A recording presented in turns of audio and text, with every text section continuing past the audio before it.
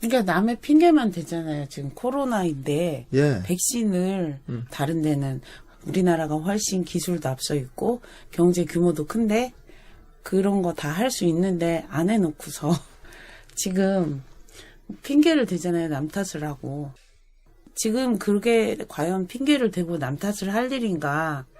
그러니까 돈이 없는 것도 아닌데 왜 백신을 확보를 못했는가. 좋은 백신을.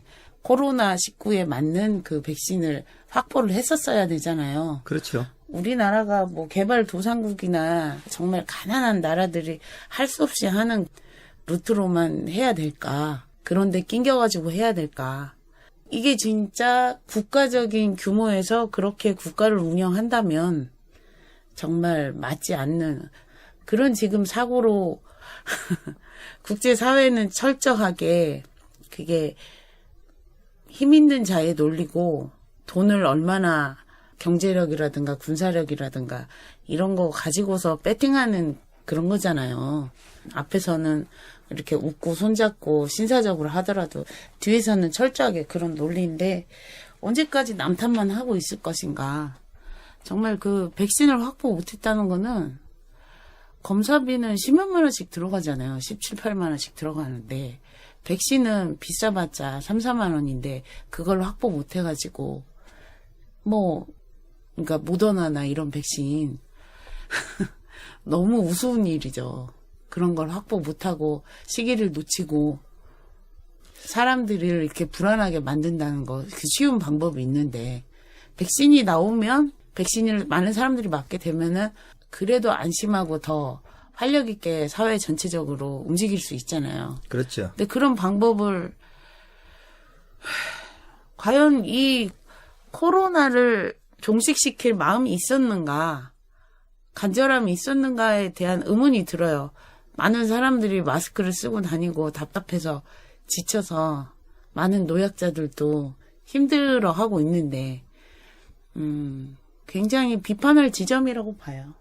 저는 이게 정치적인 문제를 자꾸 이제 이야기하다 보면 불편하다 보니까 될 수는 안 하려고 그러는데 공유를 해가면서 한번 판단을 해봐야 될 필요성이 있어요. 제가 볼 때는. 왜냐하면은 이 백신 문제는 진짜 큰 문제예요. 지금까지 그 나왔던 문제 중에 가장 큰 문제가 이 백신 문제인데 가장 효과적이고 빠르고 효율적으로 예. 이 사태를 새로운 국면으로 전환할 수 있는 건데 예.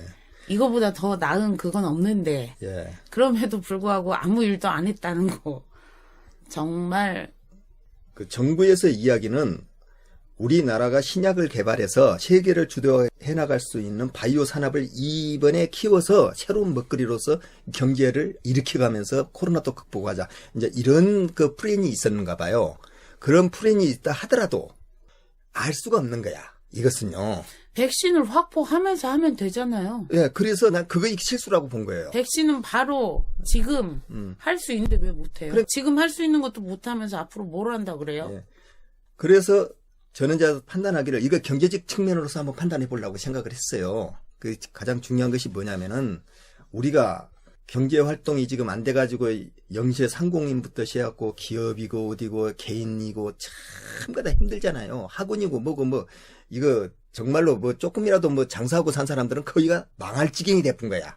임대업자들 또 망하게 생겼어. 임대를 내준 그 임대 소득을 갖고 먹고 사는 사람이 많거든요. 그 사람들도 망하게 생겼던 거야. 대출금도 갚아야지. 예. 그런데 정부에서 코로나 지원금이라 해갖고 40만 원씩을 주면서 백신 외에 3만 원짜리를 확보를 안 하고 있냐 이 말이에요. 그 경제 효과로 따진다면은 예를 들면은 우리가 백신을 맞는다든지 코로나에 60%가 걸리게 되면은 거기가 활동이 가능하대요. 감염학자의 말에 의하면은 그러면 백신을 갖다가 우리 국민의 2천만 명만 맞춰보면 끝나는 거야 이게. 예, 2천만 개만 확보해보면 끝난다는 이야기가 되거든요. 나머지는 활동 안 한 사람들도 있잖아요.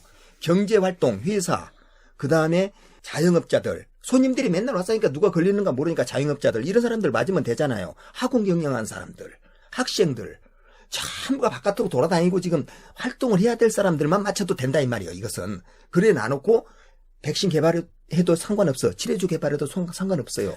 치료제는 얼마나 드네요? 백신에 비해서? 아마 몇십 배의 돈이 들 거래요. 그렇죠. 치료제 값 자체도. 예. 검사비만 해도 백신보다 수도 없이 많이 드는데 17만 원 정도 같은데 한 번 검사하는데 그게 그러면 백신 한 대 맞히겠어요? 이 검사를 하는 게 중요하겠어요? 아니 그래서 저는 40만 원 씩을 줄 필요가 뭐가 있냐 이 말이에요. 국민들한테 백신을 갖다 2번씩 맞춰보면 끝난 거야. 백신 한 번 맞히면 1년은 갈 거 아니에요. 그 다음에 또 한 번 더 맞춰보면 되는 거야. 그걸 그렇게 해서 경제활동을 시키면은 아니 돈을 1조를 뿌리면 뭐 할 거냐고. 경제활동을 하면 10조가 나오는데 그렇잖아요? 그렇죠. 예. 왜 그렇게 안 하냐 이 말이에요. 나는 이게 여기에 의문이 드는 거다 이 말이에요. 코로나를 종식시킬 의사가 있었냐? 이걸 정치적으로 계속적으로 활용하고 이렇게 돈 뿌려가면서 선거에 유리하게끔 끌고 가려고 하는 짓이냐? 그게 의심이 가는 거예요. 코로나 때문에 위험합니다. 집에 계세요? 뭔가 사회적으로 목소리가 터져 나오려고 할 때 항상 그런 장면들이 연출이 됐잖아요. 그러니까 이게 의심이 가는 거예요. 그리고 집회를 하더라도 양쪽이 다 같이 하거든요, 보통은. 그렇잖아요. 사회라는 게 여러 가지 다양한 목소리들이 있는데, 근데 한쪽만 계속 부각시켜서 한다는 거 자체도 이 코로나 국면을 이용해서 사람들이 자기들의 목소리를 이렇게 튀어가지고 내는 거를 굉장히 무서워하지 않나, 두려워하지 않나. 그렇기 때문에 더 이 코로나 가지고 조절할 필요를 느끼지 않나. 괜찮다고 생각하지 않나. 오히려 이 국면이. 그냥 그런 생각이 드는 거죠, 이제는. 그러니까 정치적인 문제야. 싸우든 말든 국민의 생명을 보호해야 될 국가가 그런 아니란 생각으로 갖고 어떻게 그 국가를 운영하냐 이 말이에요. 저는 그래서 코로나 검사를 많이 해야 된다고 의사들이 그렇게 많이 말을 했잖아요. 많이 해서 그걸 빨리빨리 그 대처를 해야 된다고는 이미 이제 때를 놓친 거야. 이게 벌써 지금 1000명이 넘어가잖아요. 다. 이것은 어디 얼만큼 퍼져갖고 있는 거를 모르는 거야. 우리 국민이 그래도 참을성이 많은 거예요. 그 영국이나 미국보다 참을성이 많은 것이 우리 국민은 집에 있으라면 있고 마스크 쓰라면 철저하게 잘 썼고 그다음에 집회 하지 말라고 하면 안 하고 자제 다 하고 그러가면서 살아요. 우리보다 더 잘한 사람들도 있죠. 일본. 더 그거는 뭐 말할 필요도 없는 사람들이니까 뭐 그걸. 검사해가지고도 이렇게 조금 올라간 거지. 최근 한 달 새. 그런데 검사를 많이 한다고 뭐 될 일은 아닌 것 같아요. 일본 같은 경우도 검사로 따져나가면 200동 밑으로 들어가 있을 거예요 아마. 그러니까 검사를 하는 게 중요한 것이 아니고 백신을 확보한 게 중요하다 이건. 백신을.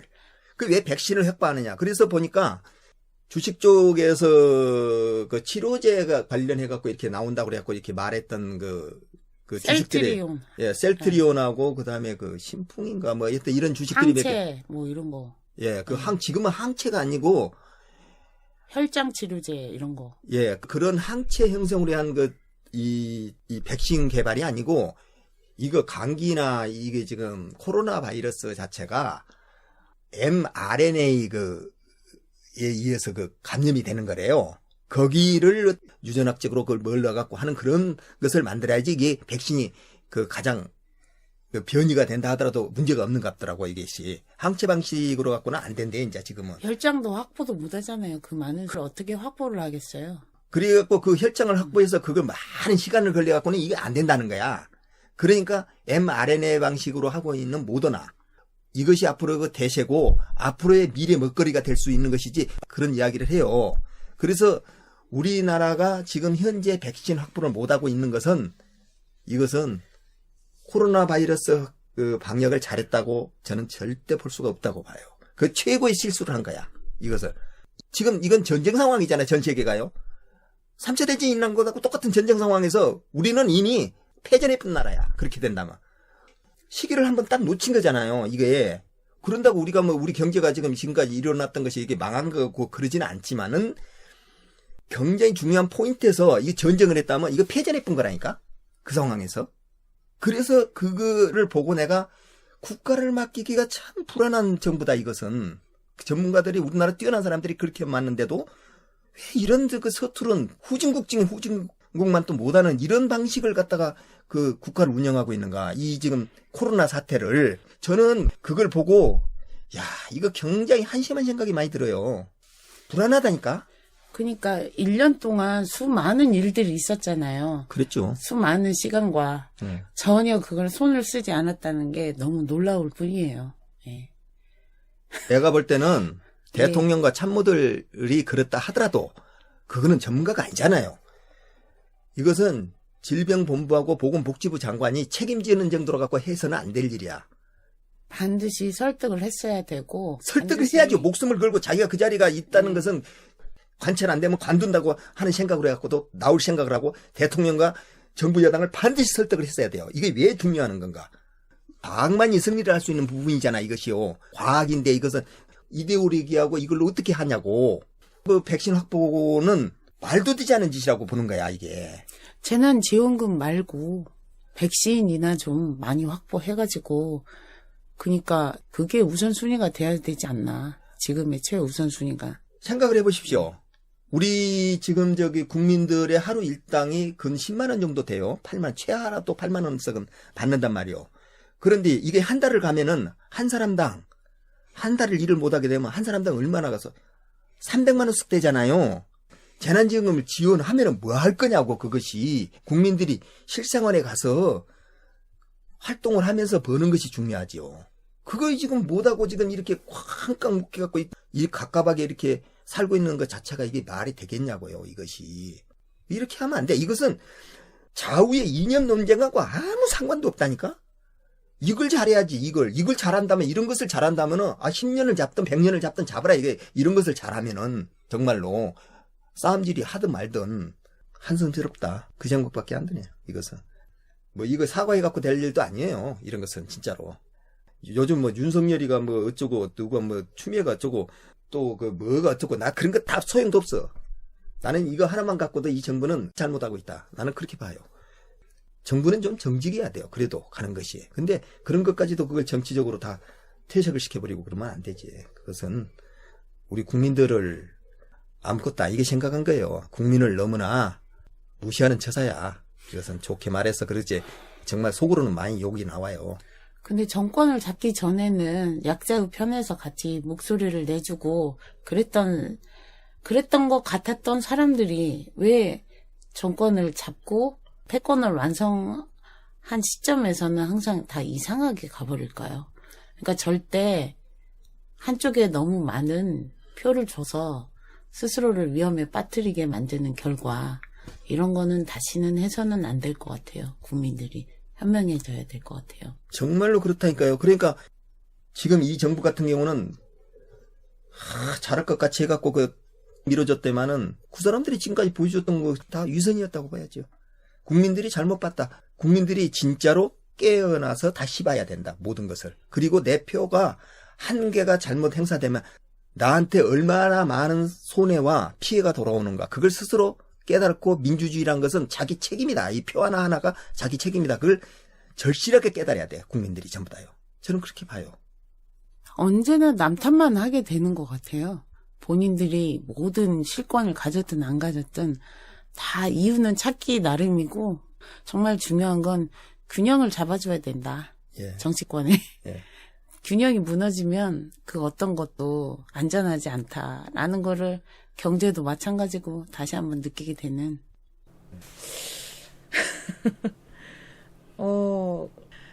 근데 야당이 집권을 할 것 같아요. 지금 현재 야당요? 네. 아니요. 앞으로. 저도 어렵다고 봐요. 저는 네.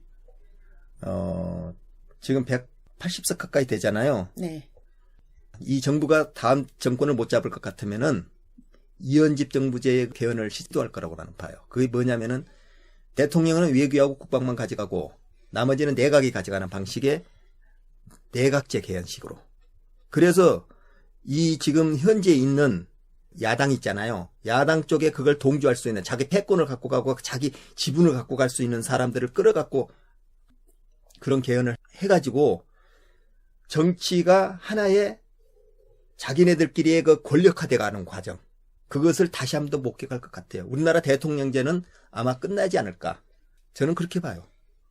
국민들이 처절하게 저항하지 않으면 이건 끝난 거다. 예. 지금 이 정부가 자기네들이 다음 정권을 갖다 통으로 내줄 것 같아요? 택돔소리예요. 안 내줘요. 그러면 국민의힘 쪽에라든가 다른 데서 그걸 동조할 사람이 전혀 없다고 봐요? 20명만 데리고 와보면 끝난 거예요. 개헌된 거예요. 그거. 20명 같으면 누가 있겠어요, 그거. 누가 있어요? 20명 같으면. 예전에 탄핵했었던 그 세력만 데리고 와버려도 끝나버려요. 생각을 해보세요. 자기가 평생 거기서 먹고 살 수 있는 그 기반이 되었고 있는 전라도라든가 대구라든가 여기서는 내각제 개헌한 건 망고땡이에요. 더 좋죠. 왜냐면은 내가 실질적인 그 개파가 되었다 하더라도 권력 구도에서 핍박을 받아버리면 같은 당이더라도 싹 학살이 되잖아요. 다음 공천이나 이런 거에서 전혀 힘을 못 쓰게 되는 그런 식이 되잖아요. 견제당해가지고. 그러면 차라리 내 당이 아니라 상대 당이 정권을 잡는 게 자기한테는 더 유리하고 편할 수도 있거든요. 개인적으로 보면. 그렇죠. 그래서 그거는 땡큐예요. 예, 그래서 이연집 정부제 개헌이 된다면은 여야가 같이 공이 나눠 먹는 거야, 권력을. 이제 지금 국민의힘에서 얼만큼 갖고 가고, 그 다음에는 더불어민주당에서 얼만큼 갖고 가고, 그 다음에 정의당도 너도 조금 줄게. 뭐 이런 식으로 갖고 다 날아가지는, 그러면 평생 그 안에 들어가지 못한 다른 그 정치 집단이 키워질 수가 없어요. 끝나는 거야. 지역 토호들만 살판 나는 거죠. 그렇지요. 네. 그리고 대물림이 돼버리는 거야. 일본같이. 그렇죠. 절대 계획이란 게 있을 수가 없어요. 정치의 대물림이 그때부터 시작된다. 그래서 우리나라는 이렇게 5년마다 한 번씩이라도 바꿔가지고 저쪽을 뒤집고 이쪽을 뒤집어갖고 서로가 그래도 균형적인 견제를 해왔던 시대는 끝날 수도 있다. 그런 생각이 또 들더라고요, 저는. 그래서 요즘에 가만히 보면은 많이 답답해요. 그런 걸 안 보고 그런 생각 안 하고 살려고 그러는데 보이는 거니까 어쩔 수가 없는 거야, 이게. 이 시 해설하다가 이런 것까지 다 해야 되는가 하고 진짜 짜증은 나지만은 그냥 같이 푸념한다 생각하고 이해를 하고 들어주셨으면 좋겠어요. 할 수 없어요, 그냥. 에휴. 답답하니 고구마니까. 알고 싶지도 않고 관여할 수도 없고. 네. 시 이야기 하다가 그냥 문화 이야기 하다가 정치 이야기 하다가 주식 이야기 하다가 뭐 있는 대로 생각나면 생각난 대로 그냥 투덜거리다가 그 투덜거린 거 다시 또 올리기도 하고 그렇게 합시다. 네. 예.